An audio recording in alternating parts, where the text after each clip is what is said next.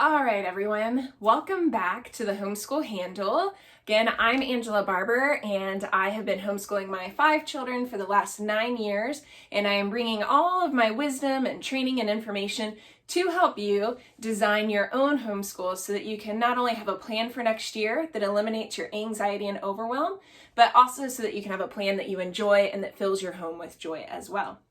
So, yesterday, if you did not get to watch our video, we talked about decoding. So here at Homeschool Handle, I'm going to take you through 3 areas, 3 phases of learning how to create this plan. So the first one is decoding. The second one, which we'll go over today, is designing. And then tomorrow we'll go over the delighting phase, okay? So yesterday we talked all about decoding, all the information that's out there from state requirements, from your local requirements, down to all the curriculum options that are even out there. So there's a lot to work on in the decoding. Today, we're going to take a time and talk about the design phase.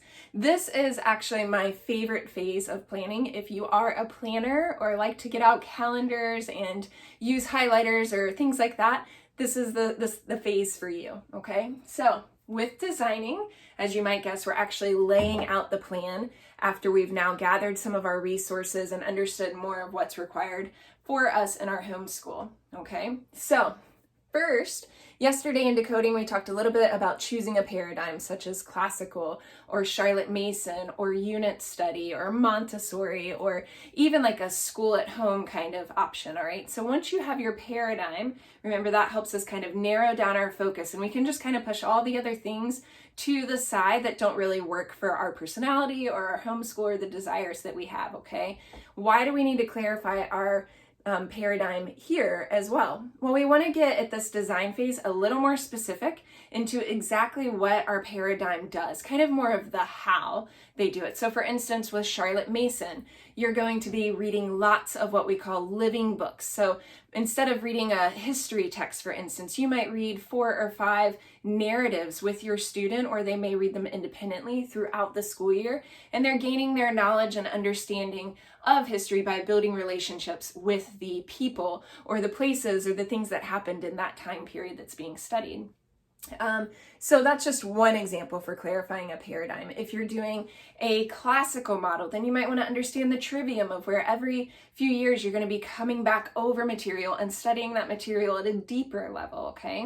A unit study is taking chunks of things and really studying those. Kind of think of more like a science, for instance. Like this term we're going to study oceans. This term we're going to study mammals, right? And so you're doing more of a unit study or even maybe like lake life. So you can get very specific or be a little more broad.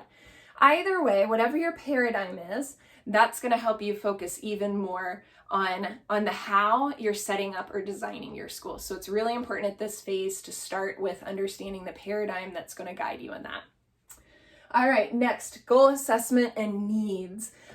This one is probably my favorite part. I spend a lot of time every year doing this, and that is not only setting our homeschool goals in terms of the material that we want to cover for the year, but the most important part for me is actually thinking about our character goals or the educational goals at large. So for instance, if I have a child that's learning to read, you know, what is it, where are they now, and where do I want them to be by the end of this school year? Or for math, for instance, you know, this year we're going to really learn multiplication, and maybe I have some other things that they need to brush up on that I want to spend some more time on.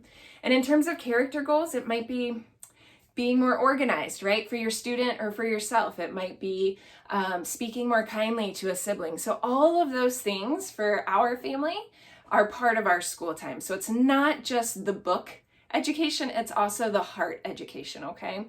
And so taking time to really assess who my kids are, what their strengths and weaknesses are, and also the areas that I think that they need to work in is a really important part to the design phase. During this part of the phase, the assessment phase, I also like to assess myself. What are some goals that I want to grow in? What are some areas that I want to get better in actually teaching my children? Or maybe speaking more kindly or gently to them, right? Like those are all areas that I have put on my goals each year. I also like to take time after I go over this list of my own for each child. So I do one assessment and strength and weakness list for each child. Then I actually like to go to my older kids. So usually when they're 7 years or older, and just go over it with them and ask them if they have anything that they want to add to it, or if there's anything that they actually, want to maybe tweak, like, hey, I thought we could try to get to here. Does that sound reasonable to you? Or do you feel like there's something else that maybe we need to adjust here? And so really get their input and their ownership into the process of the school year next year. All right, next are our schedule options, okay? And what I want to point down, I actually wrote it last, but we're going to go over it first, is this idea of maximizing freedom and flexibility. So the beautiful thing about homeschooling is once you know kind of the rails that you have to stay within because of your state requirements, things like that, you have so much freedom there and you can really make it your own. For instance, I have no understanding whatsoever of any law that exists out there that says you cannot do your homeschool in the evening, right? But that is one of those areas where you can have freedom and flexibility for your family. So for our family, for instance, there was once where spelling and math with one student really needed focused attention. But because we have 5 children in our family, having that quiet, uninterrupted focused attention was really difficult. So how did we work it out? We night schooled that child. So everybody else and all of our joint subjects were all together or during our normal school day. And by night schooling, I meant, once my husband was home and could hang out with the other kids, I would just steal away 30 minutes a couple of times a week and do spelling and math with this child. And it worked beautifully. And it helped us get to our goal that we wanted for that year by doing it a different way. Whereas if we would have stayed in our normal kind of school plan or the way you typically think of school hours, there's no way that that child would have accomplished what they did. So always remember, as we're setting things up, we do have this freedom and flexibility. All right, so one thing we'll go over in the Homeschool Handle too during this phase is the idea of the one-room schoolhouse. If you have multiple children, you're going to have to figure out how to school them all at one time. And that can seem like a very daunting task, but I promise you it's possible. In fact, it is very fruitful. It is a huge blessing to see my children learn together, and I hear that all the time from other homeschooling families out there too. Next, how to order your year and your day. So as we pull all these things together, we're going to look at our calendar. We're going to plan out how many days of the year are you going to be doing your school? Which weeks do you have off? Which times do you take holidays or travel, for instance?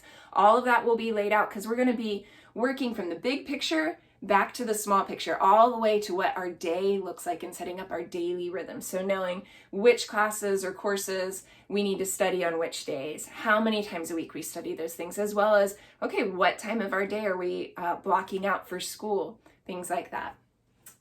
And lastly, tracking and assessment. Now we touched on this a little bit, and we will touch on a little bit in the decoding phase, but what I mean by tracking and assessment here is more actually building it in to your regular rhythm. So not just thinking about how do you want to track and assess, but actually when you're going to do it. By tracking, I mean more of keeping track of the lessons that you've completed and the lessons that you still have yet to complete it and need to be working on. Tracking so that you know books or resources in the future that you need to have easily accessible for future lessons. So that's kind of where the tracking comes in, where the assessment is more of either the state assessment or portfolio or any sort of standardized testing that you might want to do in your homeschool. So these are just a few of the things we're going to cover in the design phase. Like I said, this is my favorite phase. I think you can have a lot of creativity, and it really starts helping you get zoned in on what your school year is going to look like and to feel like, and you feel very productive during this time. This is the time where I think we take all the overwhelming things out there, all the anxiety that you might be feeling, and just really kind of wash that off the table and get very clear and set on what your time's going to be. So, happy to help you here again at the Homeschool Handle, and looking forward to having you at our next course, which again is starting up soon. So be sure to register, and that course starts on July 5th. I'll see you there.